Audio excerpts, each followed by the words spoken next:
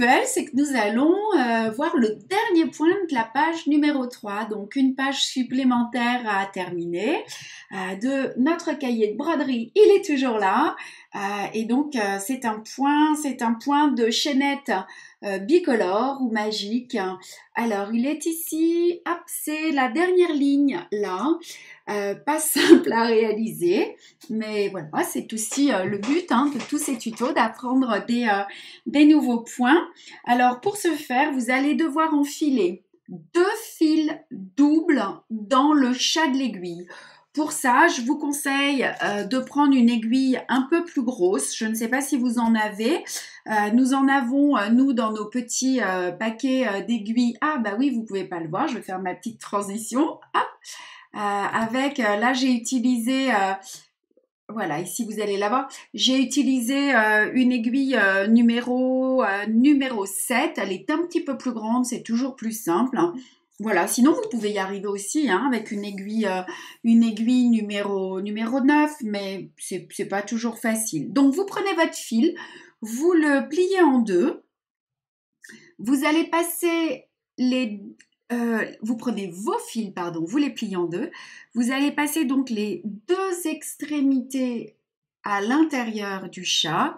Et donc, vous allez vous retrouver avec les 2 boucles qui sont en bas. Donc, l'enjeu là, ça va être que vos fils restent bien que les boucles soient à la même distance. Donc là, voilà, je vais remonter de manière à avoir une aiguillée qui est parfaitement enfilée. Alors, on va y aller étape par étape. C'est pas simple, mais tout est possible en y allant doucement. Alors, vous allez d'abord sortir votre aiguille au bout de la ligne. Et comme les fois précédentes, vous allez faire un petit point à côté, passer à l'intérieur des 2 boucles, comme ceci. Puis, vous allez sortir au début de la ligne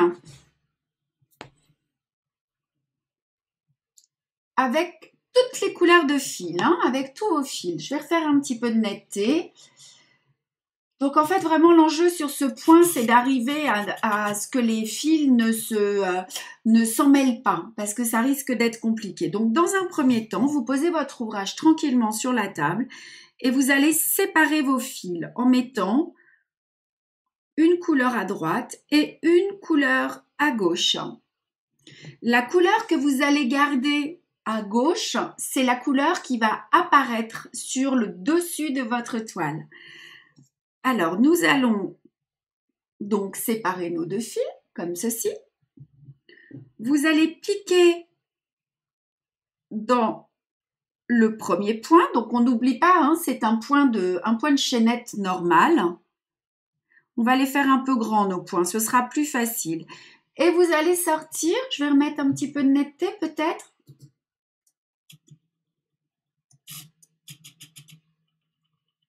Ça y est. Donc, vous allez sortir entre ces 2 fils, ou plutôt entre ces 4 fils, les roses à gauche, les verts. Et vous allez tirer, et vous tirez, mais doucement pour que les fils ne s'en mêlent pas. Voilà, vous tirez. Puis, vous allez poser votre ouvrage et prendre les fils verts qui vont tranquillement passer sous la toile.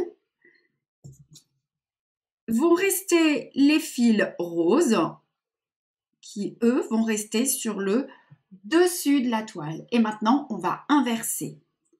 Si j'ai envie que mes fils verts restent sur le dessus de la toile, je les garde à gauche. Je pique à l'intérieur. Je sors un peu plus loin. Faites des points grands, ou plutôt des grands points pour que ce soit facile. Je tire. Voilà. Et lorsque je ne peux plus tirer, puisque mon fil vert, le fait que je le tienne, en fait, ça le bloque, eh bien, vous prenez vos fils roses, vous les passez sur l'arrière de la toile et vous venez poser vos fils verts. Et j'inverse. Alors, à vous de voir, hein, vous pouvez très bien faire un point rose, 2 points verts, 2 points verts, 3 points roses. À chaque fois, vous garderez le fil que vous souhaitez garder sur le dessus de la toile à gauche. Pour les droitières, les gauchères, c'est la même chose, mais vous gardez les fils sur votre droite. Je pique, je sors. Lorsque je ne peux plus, je prends les fils verts qui vont passer sous la toile et je viens poser mes fils roses. Il est assez, il est pas difficile à faire. Par contre, ce qui est très très important, c'est de ne pas emmêler les fils. Donc, il faut y aller plutôt doucement, méthodiquement. Et si vous sentez à un moment que vos fils se mélangent, eh bien, vous n'avez qu'à les poser. Vous posez votre cercle, vous redescendez gentiment, tout doucement avec votre aiguille jusqu'en bas. Vous remontez. Voilà, de manière à ce que vos aiguillets aient la même distance. Et vous reséparez vos fils. Voilà, je crois que c'est clair, hein. Il faut juste s'entraîner maintenant. Alors, on y va. Encore un point. Je pique à l'intérieur. Je sors entre les deux. Je garde mon fil rose sous le pouce. Je prends mes 2 fils verts que j'amène sur l'arrière. Et je pose mon fil rose. Alors, j'ai encore un petit conseil à vous donner. Faites en sorte que le retour de votre aiguillet, le retour, c'est ça. Hein, c'est ce qui revient, c'est la petite partie qui revient une fois que les fils sont passés dans l'aiguille. Faites en sorte qu'elle ne soit pas basse, mais plutôt haute, de manière à ce qu'elle ne reste pas coincée lorsque vous tirez sur vos fils. J'espère que j'ai été claire. Voilà, je tire les roses, je mets les verts. Et voilà, vous allez avancer tranquillement.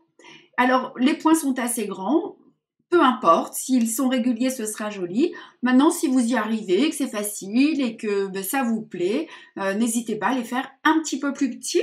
Et puis aussi, n'hésitez pas à faire ce que vous avez envie, un point d'une couleur, ce que je vous disais tout à l'heure, de changer. Hein. Vous pouvez faire un point rose, 3 points verts, un point rose, 3 points verts. Vous vous faites plaisir. À la fin, vous piquez la totalité de vos fils. Vous passez sur l'arrière de la toile et vous allez glisser vos fils sous les points précédemment brodés. Vous coupez et l'excellente nouvelle, c'est que à la fin, vous aurez terminé. Je vous ai donné de quoi travailler et finir votre 3e page. Alors, on va lever un petit peu l'écran, le zoom. Voilà, et je vais peut-être réduire un peu ma photo de manière, ou plutôt ma webcam, de manière à ce que vous puissiez voir l'ensemble de cette page qui est plutôt colorée. Qu'est-ce que j'ai comme conseil à vous donner? Donc, une fois que vous aurez travaillé, c'est l'extérieur, de manière générale, ayez tendance à préférer, en tout cas, travailler de l'intérieur vers l'extérieur, c'est-à-dire votre point d'araignée ici, entouré de votre point de chaînette, puis votre point de bouclette. Ici, votre point d'araignée surjeté avec vos points de chaînette. Ici, faites votre point de tige, puis votre point de bouclette et vous avancez comme ceci. Voilà. Eh bien, écoutez, à vous de jouer pour cette 3e page. Je vous embrasse très fort. Prenez bien soin de vous et je vous donne rendez-vous pour la série de tutos pour la page numéro 4 où là, les points vont se compliquer légèrement, mais on va y aller tranquillou et tout va bien se passer comme d'habitude. Je vous embrasse. Ciao, ciao!